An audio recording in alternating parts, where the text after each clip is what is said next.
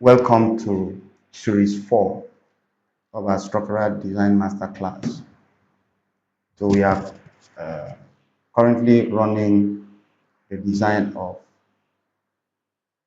reinforced concrete using the first principle. So in this module 4, we want to learn how to design a reinforced concrete solid slab to Eurocode 2. So Um, this is the slab. This is the general arrangement of our structure.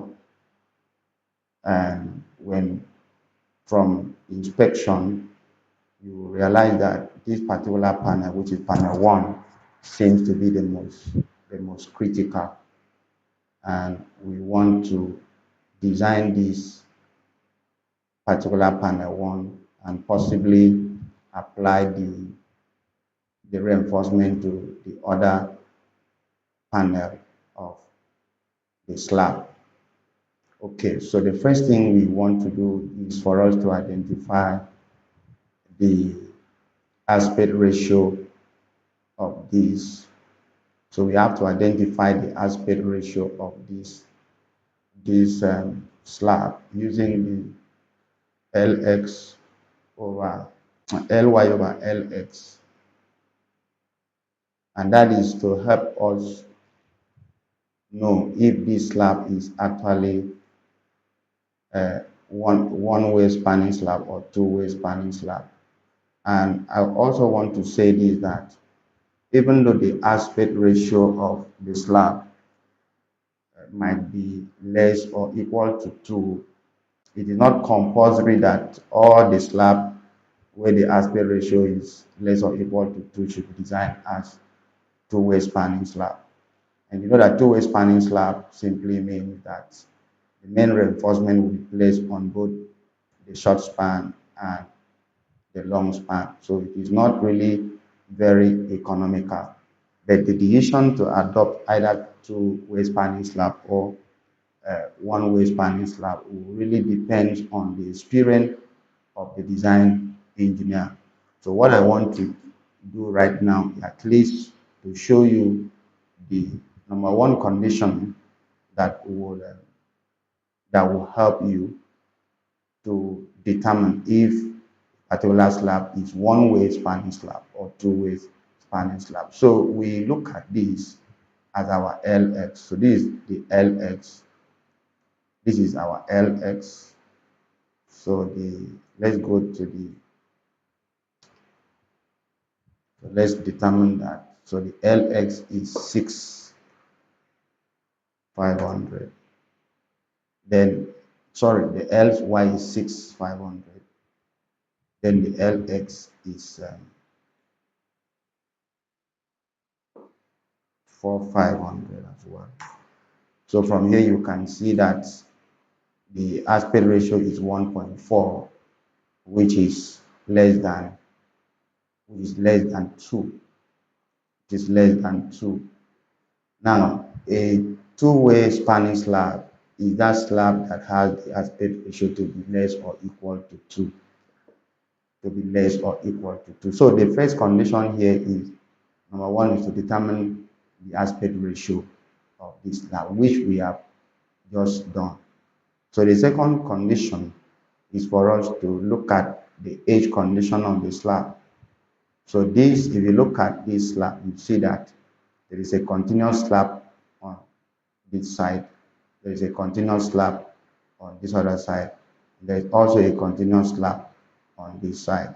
But by the time you come to this side, you discover that this side there is no continuous slab.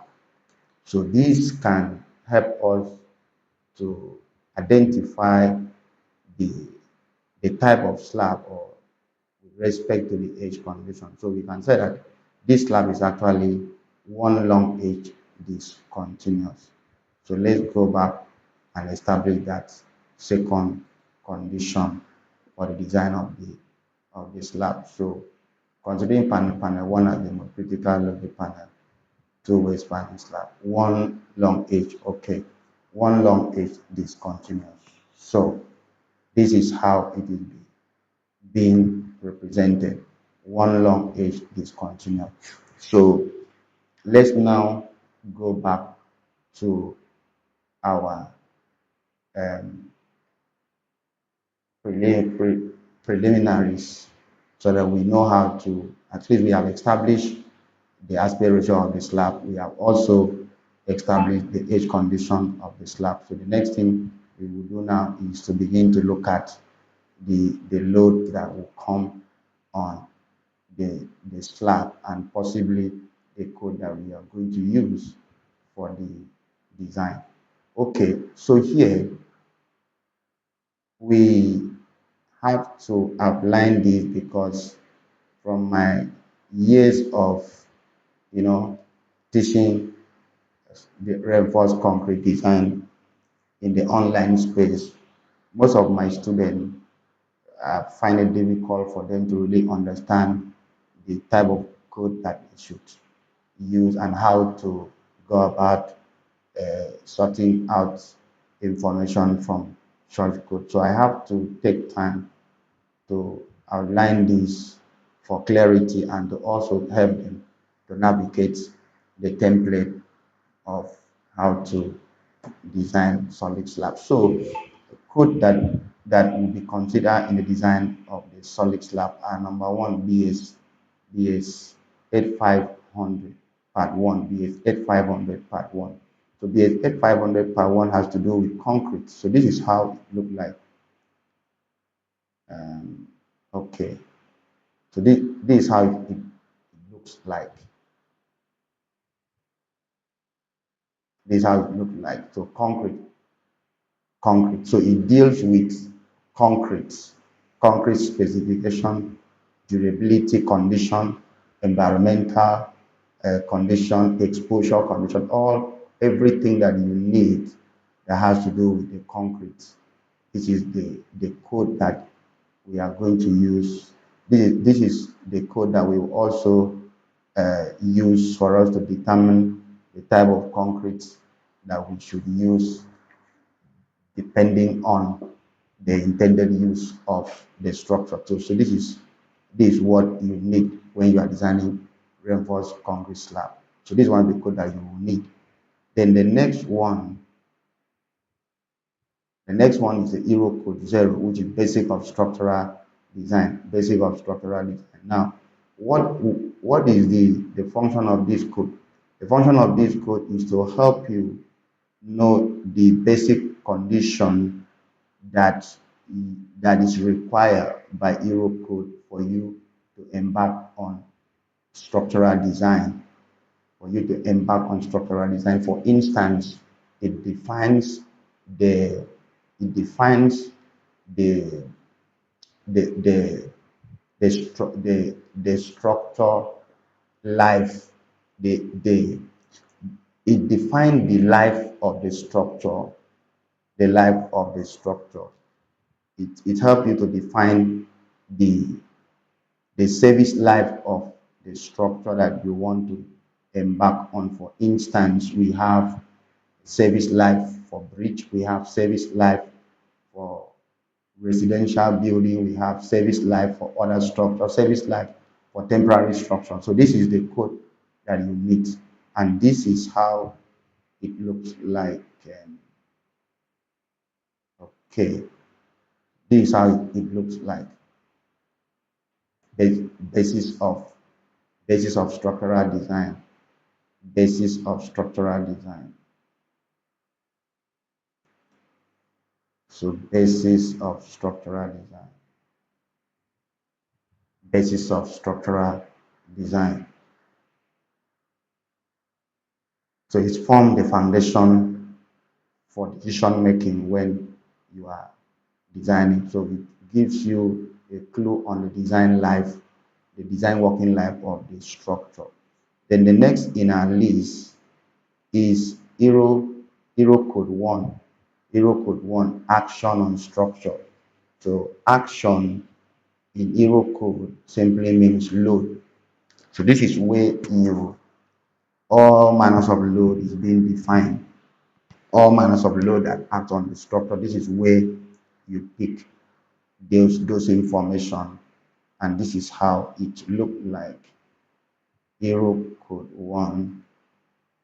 This is how it look like, and it also define different material densities. For instance, like mortar, cement mortar. This is the density for the cement mortar between 19 to 23 kilonewton per meter cube. Okay, so we move to the last one, which is Eurocode 2. Now, design of concrete structure.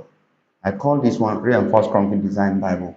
Everything that you need to design reinforced concrete is in Eurocode 2. Every information that you need to design reinforced concrete is in Eurocode 2. In fact, Eurocode 2 has covered almost all the reinforced concrete structures. It's unlike BS 8110 that would specify the design of slab, the design of column, the design of beam. In Eurocode 2, you don't have such.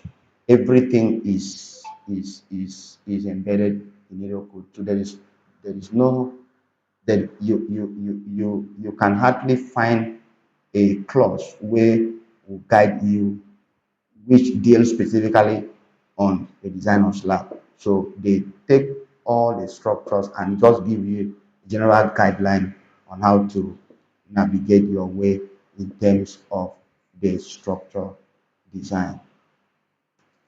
Okay, so now we move to load assembly. We move to load assembly. In reinforced concrete slab, there are basically two categories of load.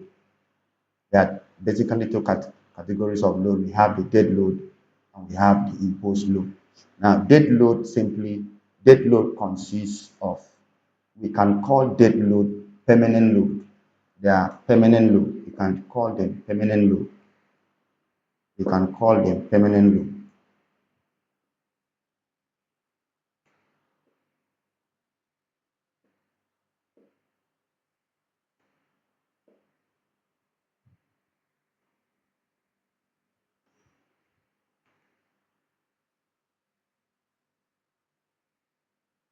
We can call them permanent load. Permanent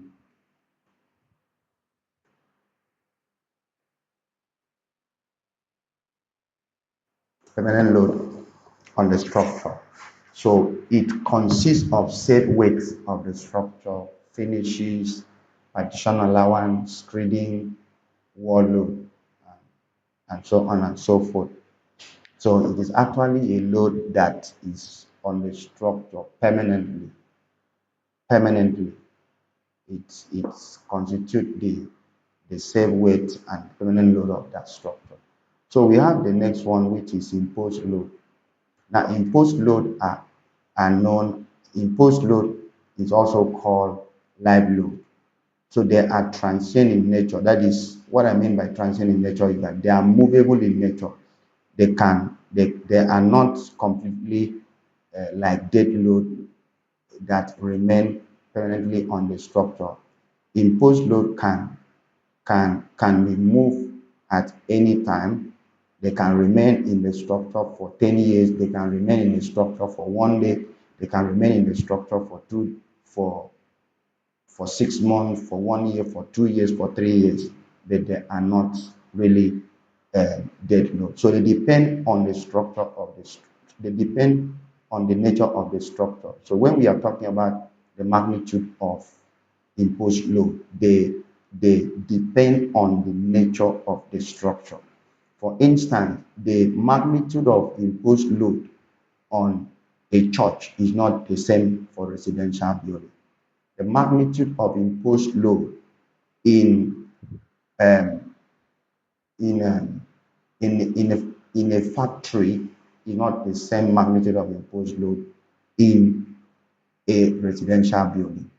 The magnitude of imposed load on a school is not the same for any other uh, structure. So here, when you are given an architectural drawing, what you need to do is for you to ascertain the intended use of the structure, so that will guide you on how you can pick your imposed load. So code that will help you to navigate and also get the magnitude and the condition in which you can apply this imposed load is Eurocode 1. So you can, this table 6.1 give you the description of the table 6.1 give you the description of the imposed load, then while table 6.2 give you the magnitude of those imposed load.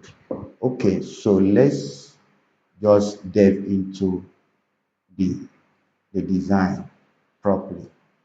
Okay, now intended use of this structure is residential. So design life of this structure is going to be 50 years. So this, we can get this from Eurocode 0. So let's navigate to Eurocode 0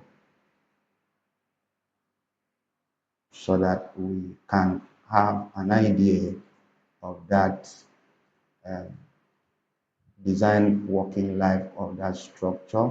I think it is on table 2.1. Table 2.1. Table 2.1.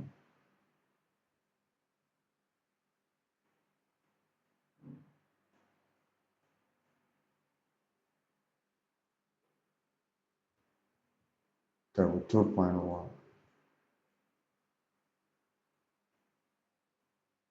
Okay, so we have here indicative design working life, table 2.1.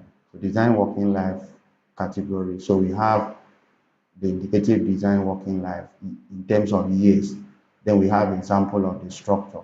So here, when you check the category 1 has 10 years. This indicative design working life is assumed to be 10 years, and these are temporary structures. These are temporary structures. Then we have category 2, which is between 10 to 25 years, replaceable structure, for example, gantry girders and bearings, which you can find this in the bearing, you can find this in your bridge. Then we have category 3, which is 15 to 30 years, agricultural and similar structure. Then we have category 4, which is 50 years, building structure and other common structure. So this is where our structure, this is the category that our structure fall into. We are designing building structure, which is 50 years indicative design working life. So here this is where we pick the 50 years. This is where we pick the 50 years. So for the residential, we have already defined it. So this will affect the intended use. This will affect our imposed load. So as we proceed, so these are the relevant code used for the design, which we have already mentioned. And then we go to the material strengths, the material characteristic strengths. Now we have the characteristic cube strength FCK to be 25 newton per millimeter squared, and we have the characteristic cylinder strength FCK, which is equal to 0.8 cube strength. Now, so this is where we got this information from, this 8500 part 1. So let's go to table A4 and see where we got this information. So in Eurocode, we have Eurocode. In Eurocode, they actually pairing two concrete strengths. One is the cube strength, and the second one is the cylinder strength.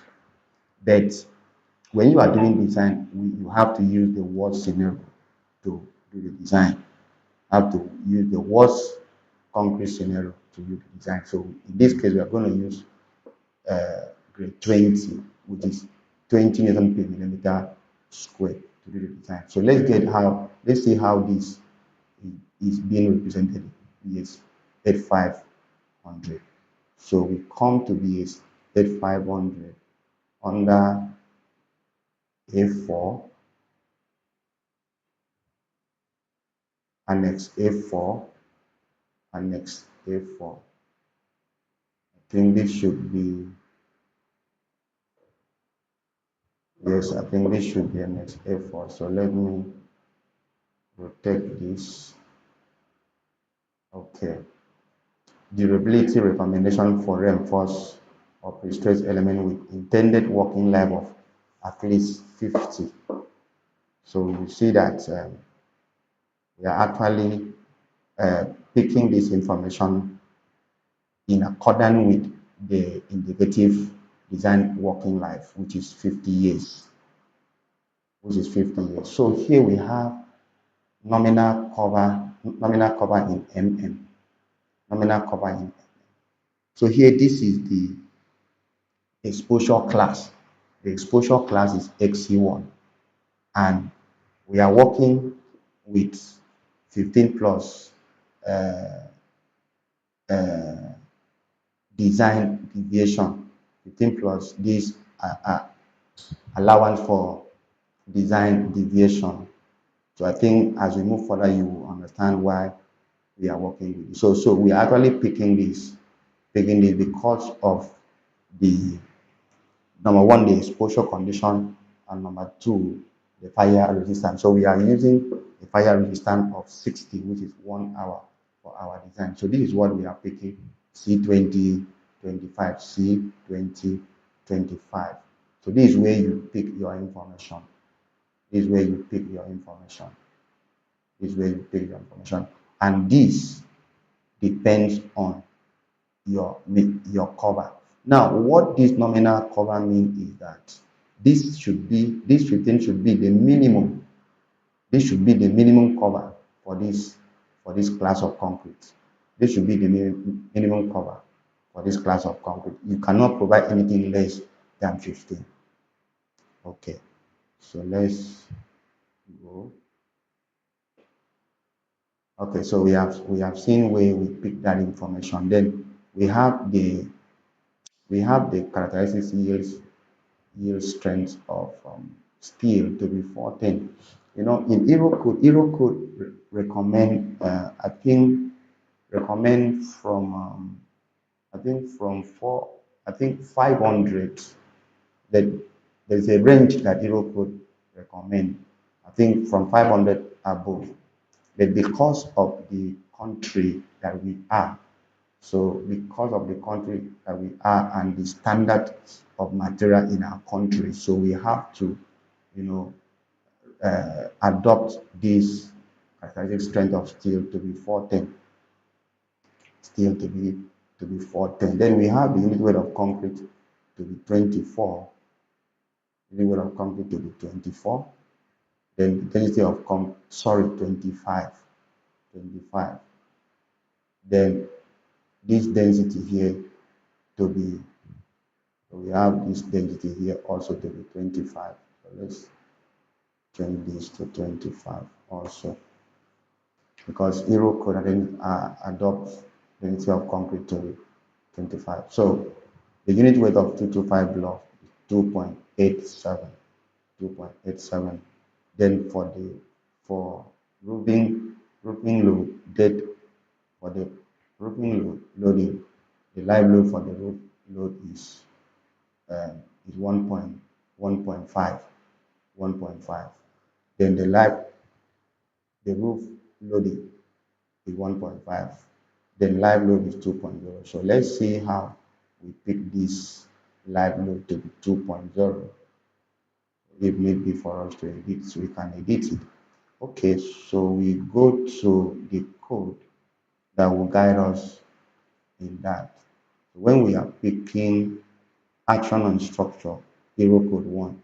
So action on structure, Eurocode 1. So we come to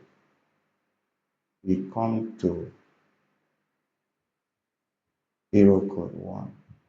Okay, Eurocode 1. Table 6.2.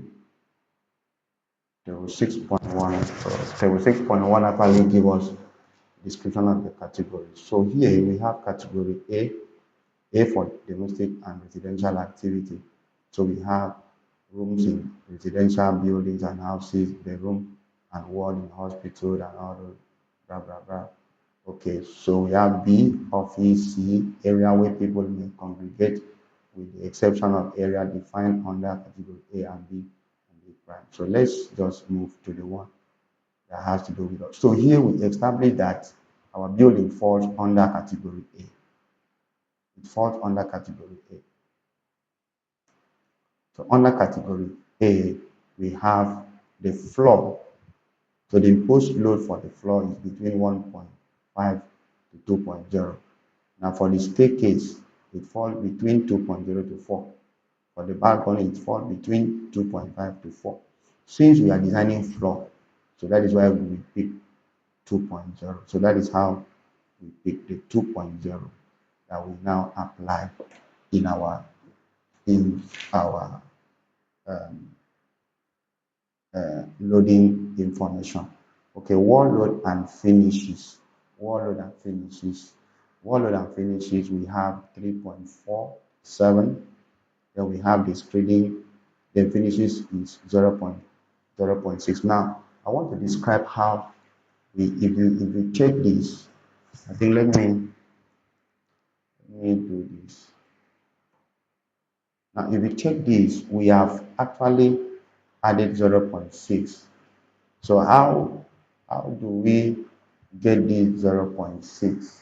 How do we get this 0.6? So for us to get, let me show you how we arrive at this 0.6. Let's show how we arrive at this 0.6. Okay, so let's go to Eurocode. No, let's go to Eurocode 1, action and structures. Action and structures. Okay, action and structures. Action and structures. Yeah.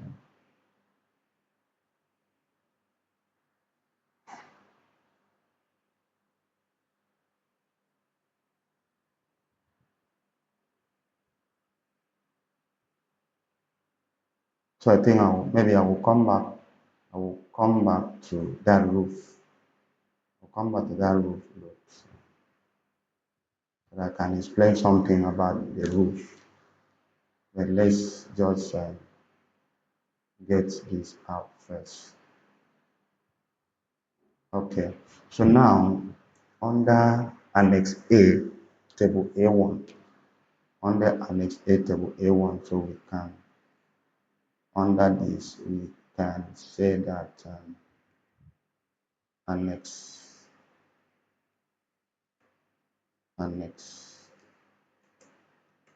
A table A1 table A1. So let's go back here. Action and structures, Annex H. Okay. Now these are the density of material.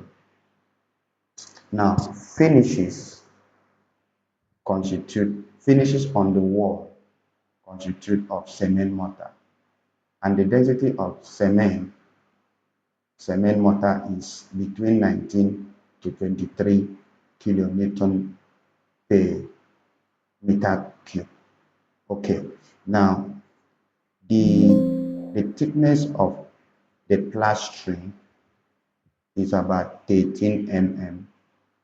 Thickness of the plastering is about 13 mm. 13 mm. Now we have the density, our density here to be 23. So we are going to pick 23. We are picking 23 kilonewton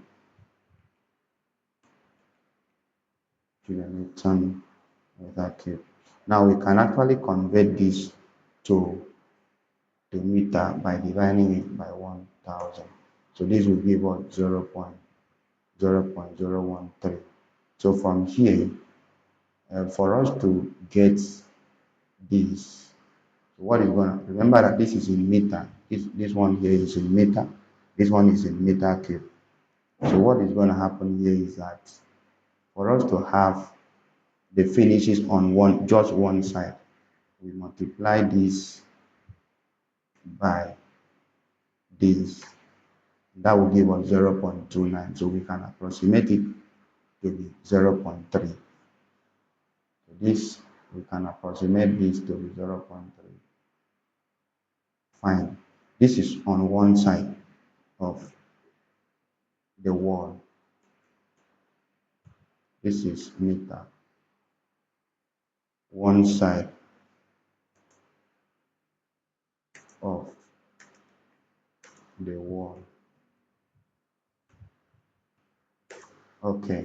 So the finishes applies on both sides of the wall. So which means we are going to multiply this by 2. So this will now become 2